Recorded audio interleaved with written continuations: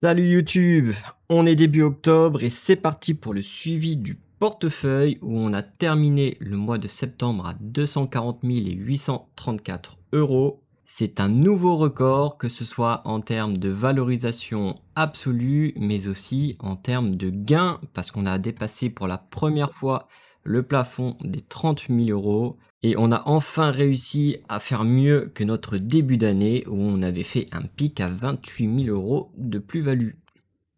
Donc évidemment, on est très heureux de tout ça. On continue notre petit escalier vers l'avant et on est d'autant plus heureux que le mois de septembre est traditionnellement le pire mois de l'année.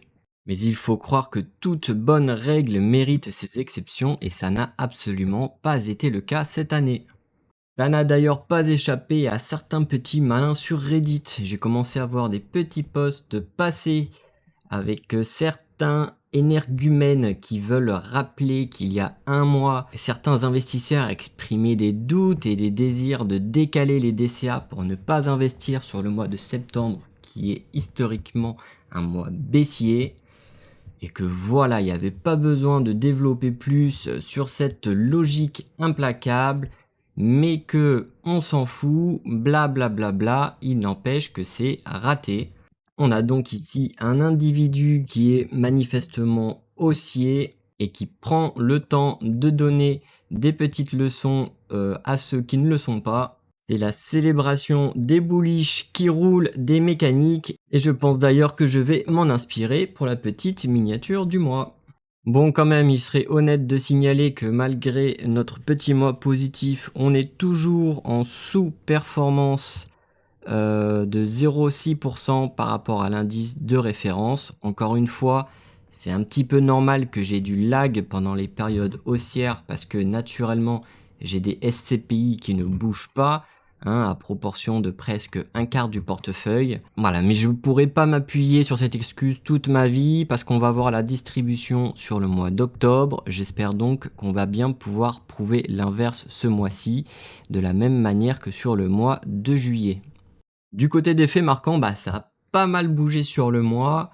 Du côté de mon DCA, donc moi je continue de prendre des petites parts de SCPI, EDR, Europa. Ça bouge pas, c'est comme d'habitude. J'avais pas encore décidé sur ma vidéo précédente si j'allais mettre mon DCA action sur plutôt une partie rate ou sur une partie SP500. J'ai plutôt choisi d'aller sur les rates de par le double effet du taux de change dollar sur lequel on espère toujours un retour positif, mais aussi des baisses de taux qui étaient annoncées et qui ont eu lieu. Alors l'effet n'est pas forcément aussi puissant qu'escompté, mais en tout cas c'était le choix qui me paraissait le plus logique pour profiter de ces deux leviers-là. Et puis du côté des actions, j'ai une vente à signaler sur la partie de Paychex, sur laquelle je vous avais déjà exprimé quelques doutes. Et il se trouve que j'ai été plutôt pas mal inspiré parce qu'il y a eu une publication quelques jours plus tard qui a provoqué une petite chute du cours. Et j'ai donc pu m'en séparer sans qu'on en soit fâché. Les liquidités de Paychex concrètement ont été réparties sur Adobe. Alors j'en ai fait une vidéo complète, je vais pas revenir dessus. D'ailleurs j'avais dit que je ne renforcerai pas, et bah voilà, j'ai menti, j'ai renforcé parce que j'ai vu un changement dans le narratif, j'ai vu pas mal de nouvelles passer, de vidéos. J'ai eu l'impression qu'il y avait un début de changement d'état d'esprit qui se mettait en place. Et donc j'ai voulu en profiter encore un peu plus parce que vraiment la valorisation est tellement cassée que je n'ai pas pu résister. J'ai une autre partie de cette liquidité qui est partie sur Salesforce, un CRM dans la même logique. Et aussi une bonne petite cartouche sur S&P Global qui a été, je pense, assez sévèrement sanctionné sur les résultats de FactSet. Et donc je pense que les prix là sont plutôt intéressants pour des renforts. Du côté des news, alors on a en France François Bayrou qui a démissionné de son poste de Premier ministre. Ça c'est évidemment une nouvelle négative parce que ça continue de foutre le bordel sur notre politique française. Par contre, contrairement à la dernière fois, la nomination du nouveau Premier ministre a été plutôt rapide. François Bayrou a démissionné, ça devait être 11 h le matin. Et le soir à 20 h, on avait déjà son remplaçant en la personne de Sébastien Lecornu. Et donc j'ai plutôt mis cette nomination-là comme une nouvelle positive, pas tant de l'avis que j'ai de ce monsieur que je ne connais pas, mais simplement par rapport voilà, à la notion de timing, au fait que il n'y a pas eu cette période de creux pendant une semaine, 15 jours, où on ne sait pas ce qui va se passer, c'est le défilé des partis politiques à l'Elysée qui peuvent voilà, chacun amener leurs petites exigences, foutre un peu plus la merde, etc. Le fait que Sébastien Lecornu ait été nommé directement, ça a permis un peu d'éviter voilà, que le débat s'enlise, d'avoir les Mélenchon, les Le Pen à la télévision pendant 15 jours. Donc voilà, encore une fois, j'ai pas trop d'avis sur ce monsieur, sur ce qu'il va faire, sur ce qu'il va vouloir faire, sur ce qu'il va pouvoir faire. Mais en tout cas, ça a plutôt été interprété comme une nouvelle positive par les marchés, d'autant que ce monsieur alors est sur le parti du centre, hein, si j'ai bien compris, mais qui serait un Les Républicains repenti, donc plutôt avec un petit background de droite, et donc ouais, les marchés ont plutôt accueilli favorablement cette nouvelle-là. On a ensuite, et c'était assez largement annoncé, une première baisse de la Fed qui a baissé donc d'1/4 de point ses taux d'intérêt et qui notamment en a annoncé 2 de plus pour la fin 2025. C'est d'ailleurs bien ce qui a été pricé sur le Fed Watch Tool du CME Group avec encore à nouveau une baisse de taux sur le prochain meeting du mois d'octobre et une deuxième d'ici le mois de décembre. J'ai pas voulu me plonger plus que ça dans l'article, mais ce qui est dit sur le reste de l'article, c'est qu'il y aurait plus qu'une seule baisse de taux à prévoir par contre sur l'année 2026, mais évidemment les choses auront très largement le temps d'évoluer d'ici là, et donc ouais, c'est à peu près ce qui est pricé, c'est une sorte de plateau aux alentours des 3% sur les taux d'intérêt US. En deuxième nouvelle que j'ai trouvé un peu plus rigolote là par contre, c'est les 7 trillions de wall of cash qui dorment aux États-Unis et qui a provoqué, alors je sais plus quel jour était sortie la news, ouais c'était le 12 septembre, une vague d'inquiétude, alors c'est quand même assez étonnant, mais une sorte d'inquiétude que la baisse des taux d'intérêt pourrait provoquer une bascule des fonds monétaires vers des actifs plus risqués pour évidemment compenser la baisse de rendement des livrets traditionnels. Et la peur associée à ça, c'est l'inondation de cash sur les marchés actions et qui pourrait empirer la potentielle bulle AI qui est en train de se former. Je trouve cette nouvelle-là assez rigolote. Je pense pas qu'elle ait de gros impacts. En tout cas, pour ma part, c'est plutôt une nouvelle positive de toute façon pour les marchés en général, dans la même logique que la baisse des taux d'intérêt. Parce que naturellement, si on rémunère moins les produits sans risque, la prime de risque des actifs risqués, à contrario, augmente. Et donc, ça c'est sûr et certain que ça a plutôt vocation à pousser les marchés actions vers le nord. Et en troisième nouvelle macro des États-Unis, donc celle-là elle est plutôt négative par contre pour le coup, c'est le shutdown du gouvernement US depuis donc le 1er octobre. Alors pour le moment ça n'a pas l'air d'avoir inquiété grand monde, c'était à peu près annoncé. Maintenant il va quand même falloir évoluer de près comment ça va évoluer. Je suis pas spécialiste du sujet, je sais pas exactement comment ça se passe auprès du Congrès, mais en tout cas ce qui est sûr, c'est que démocrates et républicains sont censés se mettre d'accord pour trouver des compromis pour pouvoir permettre de relancer le financement du gouvernement. Mais que le patron en place actuellement, Donald Trump, n'est pas trop du genre à faire ses compromis. Donc ouais, ça commence à sortir la menace des licenciements, etc. Donc ouais, je pense que il y a un petit terrain glissant là, pour y avoir une sorte de petit bras de fer qui s'engage. Et il y a quand même, je pense, plus de chances que d'habitude que la situation s'enlise. Donc pour le moment, ça fait pas trop de dégâts, mais ça reste quand même un élément à surveiller sur le début du mois. Pour ma part, je suis quand même pas trop inquiet. Je pense que tous ces gens-là, ils vont quand même vouloir se verser un salaire au bout d'un moment, donc ça devrait se débloquer. Mais voilà, avec eux, on sait jamais trop comment tout ça va pouvoir se goupiller. Voilà, après ça, on a quand même une belle nouvelle, je pense, pour ce qui est de la situation à Gaza vis-à-vis du conflit avec Israël, avec un espoir de paix, et en tout cas des propositions faites hein, par Israël et par Donald Trump pour proposer un plan de paix.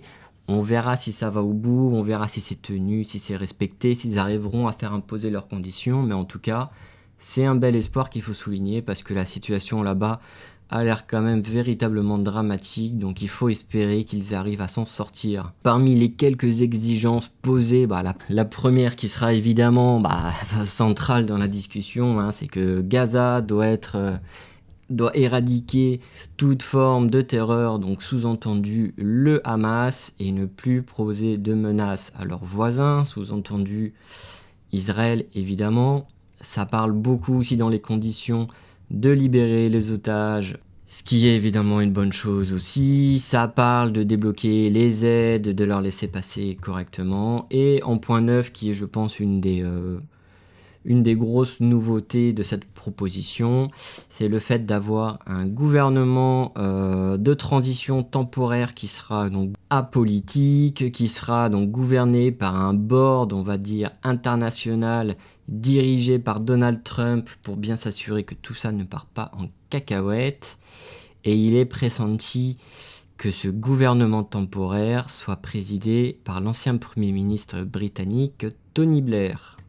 Espérons en tout cas que ça puisse aller au bout, car il est grand temps d'apporter de la paix à ce peuple qui vit dans des conditions qui ont l'air quand même assez déplorables. Au niveau de la micro, j'ai voulu souligner particulièrement les bonnes nouvelles qui sont en train de s'empiler du côté de Google. Alors on va pas aller dans le détail sur chacune, parce qu'on en a déjà parlé de quelques-unes, par exemple du verdict antitrust, fini l'abandon de Google Chrome. On a dans la foulée donc le titre qui a rejoint le clan des 3 trilliards de dollars de market cap à la bourse. Ils ont absolument tout défoncé avec leur nouveau modèle de traitement de photos génératif Nano Banana qui permet, c'est vrai, de faire des choses assez sympas. J'en avais d'ailleurs parlé dans ma vidéo d'Adobe si vous voulez aller revoir ça. Et on a aussi eu des news comme quoi Gemini se plaçait en top 1 des applications téléchargées sur l'App Store. Et donc il y a une grande adoption de cet outil-là sur le grand public. Et vous imaginez bien que ça doit être le même phénomène sur l'Android Store. Et puis après, j'en ai fait aussi une vidéo dédiée, donc pareil, je ne vais pas revenir dans le détail, mais les méga contrats liés au développement de l'intelligence artificielle aux États-Unis qui sont en train de se développer. Le grand gagnant avec Oracle, 300 milliards de la part d'OpenAI. On se demande bien d'ailleurs comment ils vont chercher ces budgets-là quand on voit les revenus qu'ils ont aujourd'hui et la rentabilité zéro qu'ils en génèrent. Mais bref, c'est un autre sujet. Et de la même manière, les 100 milliards d'investissements de Nvidia dans OpenAI pour alimenter l'achat de leurs propres puces. Ce qui génère bien évidemment des questions, des interrogations et des critiques sur le caractère circulaire de ces investissements et forcément dans un contexte de bulle de l'IA qui revient plus largement, c'est quand même très inquiétant, très surprenant de voir Nvidia faire ce genre de move, d'autant je crois que Cisco s'était fait remarquer sur des petits exercices similaires pendant la crise .com de 2000, donc attention. Et tout ça, ça nous donne du coup l'image du mois, qui est directement une suite du contrat cloud d'Oracle. Et donc c'est le premier data center de cette petite série, je crois qu'ils doivent en faire 5, 6 ou 7, avec des capacités du gigawatt. Et donc ça, c'est la photo du chantier du premier data center du côté du Texas, qui serait, je cite, les data centers les plus rapidement construits jamais par l'homme. Voilà, donc ça c'était pour toutes les petites nouvelles, et puis on peut ensuite aller regarder ce qui s'est passé du côté des différents titres. La partie SCPI donc vont verser à la fin du mois leur trimestre, donc évidemment on n'a pas de nouvelles fraîches, mais on en parlera un peu plus longuement la prochaine fois. On a la partie rates donc que j'ai renforcé, qui fait que 1% sur le mois, mais qui a aussi délivré son dividende. Donc on va dire une petite performance sympathique. La crypto qui est toujours trop chère et dont je n'ai toujours pas l'occasion de prendre des petites pièces. On a notre marché ETF qui est plutôt calme. Voilà, une petite performance de 2, 5, 8%, 7% un peu partout. Donc ouais, le mois de septembre, encore une fois, c'est très très bien passé. Avec une mention spéciale notamment pour les pays émergents qui nous signent une très jolie performance de 8% ce mois-ci. Et ça leur offre une place sur le podium d'ailleurs général du portefeuille avec une jolie petite médaille de bronze. Du côté des titres, je vous en parlais tout à l'heure, j'ai remis un petit billet sur Adobe parce que, encore une fois, c'est vraiment très très peu cher en ce moment. Donc le premier achat, j'étais à 32 fois les free cash flow. J'ai renforcé à 18 fois les free cash flow et on est encore descendu à 16 fois les free cash flow. Donc j'en ai encore repris une pièce dessus. Je fais baisser mon PRU. Ça n'empêche pas que la moins-value grossit elle aussi. Voilà, mais j'espère que la performance retour quand le sentiment va se retourner en sera d'autant plus intéressant. En tout cas, je continue d'avoir des convictions sur les titres. J'en ai fait un deep dive complet dont je vous remets le lien là tout de suite. Donc je ne vais pas retourner en détail dessus, mais si ça vous intéresse de comprendre pourquoi, eh ben, je vous invite vivement à aller voir cette vidéo là. On a renforcé de la même manière Salesforce, j'en ai parlé tout à l'heure, on va pas revenir dessus. On a ensuite nos 3 copains du cloud qui ne font pas grand chose pour ce qui est de Microsoft et d'Amazon. Mais par contre, on a Google qui fait une super performance de 16% ce mois-ci. On en parlait juste avant avec toutes ces nouvelles positives qui sont arrivées sur le titre. Médaille d'argent à plus 16% et d'ailleurs même médaille d'or sur l'horizon d'un an avec 47% de détention pour ceux qui ont maintenu la position, donc félicitations à vous tous. Sur le plan de mes financières, S&P Global, MSCI, donc la surprise elle est venue du côté d'S&P Global, que je ne pensais vraiment pas qu'il pourrait remporter la carotte ce mois-ci parce que voilà, il n'y a pas eu de news particulière, il n'y a pas eu de publication ni quoi que ce soit. La seule ombre qui est venue entacher le tableau, donc c'est FactSet qui évolue dans la même industrie des analytics, qui a publié une guidance donc jugée plus mauvaise que prévu et donc S&P s'est pris une balle perdue qui à mon sens n'est pas totalement méritée. J'en ai parlé d'ailleurs la dernière fois. Et donc ouais, j'en ai profité pour renforcer à nouveau le dossier. Je l'avais acheté pour la première fois à 25 fois les free cash flow, j'avais vraiment profité d'une grosse baisse. J'avais doublé à 28 fois et donc là je renforce à 27 fois les free cash flow. Et voilà, je suis vraiment convaincu que ce titre-là restera un très très très beau dossier pour le long terme. Bookings qui reprend sa respiration tranquillement avec moins 3% ce mois-ci, mais il faut quand même signaler une très très très jolie performance de 50% depuis le début de la détention. Ça fait voilà un tout petit peu plus d'un an que j'ai le titre, donc évidemment on accueille bien volontiers les 50% de performance. La vraie surprise du mois, elle nous vient des Pays-Bas et d'ASML Holding avec une performance de 43% ce mois-ci, c'est absolument fou. Le titre est littéralement parti en verticale. Encore ce matin, on faisait encore un gap haussier à l'ouverture, on prend plus de 5% à l'heure où je tourne la vidéo. Et pour le coup, je n'ai pas trop trouvé d'explication. Pareil, pas de news, pas de publication. Voilà, simplement un retournement du sentiment, peut-être, c'est la seule explication que j'en vois. Et à nouveau, ASML, c'est le super pari donc des semi-conducteurs mondiaux. On ne sait pas qui vendra les puces du futur, on ne sait pas qui les achètera, on ne sait pas qui les concevra, mais en tout cas, la seule certitude qu'on a aujourd'hui, c'est que toutes les puces du futur seront construites par des machines d'ASML. C'est une société exceptionnelle qui mérite peut-être pas une parabolique aujourd'hui parce que je vois pas trop je vois pas trop l'évolution par rapport à il y a un mois qui pourrait mériter un changement de 43% sur la valorisation. Mais en tout cas, c'est un très joli titre qu'on va laisser de côté au fond du portefeuille et on y touchera sous aucun prétexte.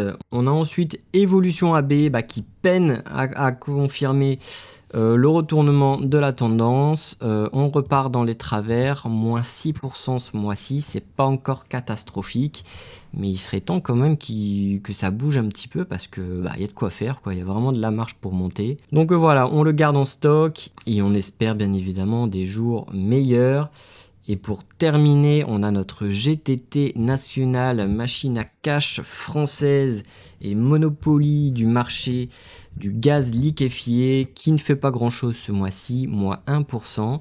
C'est d'ailleurs un des titres que je surveille pour potentiellement renforcer si je vois des petits excès à la baisse.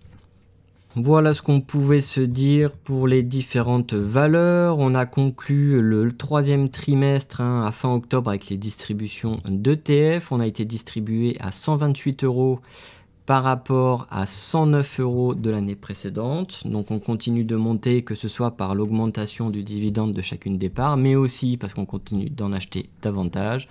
Donc on va essayer de faire en sorte de faire grossir d'année après année cette poche de dividendes. Pas grand chose à dire sur la répartition des classes d'actifs ou de la diversification géographique. C'est grosso modo en ligne avec ce que j'ai. Le seul petit bémol, c'est les SCPI quand même qui sont un peu en retard. J'ai 3000 € à combler. Ça va venir évidemment du réinvestissement des dividendes là qui vont tomber ce mois-ci. Donc je vais remettre un petit billet dessus directement à l'envoyeur. Et bien évidemment, ça se rééquilibrera également en cas de petite baisse du marché action. C'est le genre d'actif qui fera office d'amortisseur en cas de potentielle baisse. Donc voilà, ça ne m'inquiète pas que ça suive pas parfaitement les hausses du portefeuille. C'est by design. Et pour ce qui est du coup de leur rendement, on aura des nouveaux points de données le mois prochain. Et donc bien évidemment, je vous invite à vous abonner pour ne pas rater la prochaine update. Alors qu'il est, on est à 241 000, le mois a commencé depuis 2 jours, il s'est pas passé encore grand chose. Et donc je vous dis à la prochaine fois pour la suite des événements. Ciao ciao.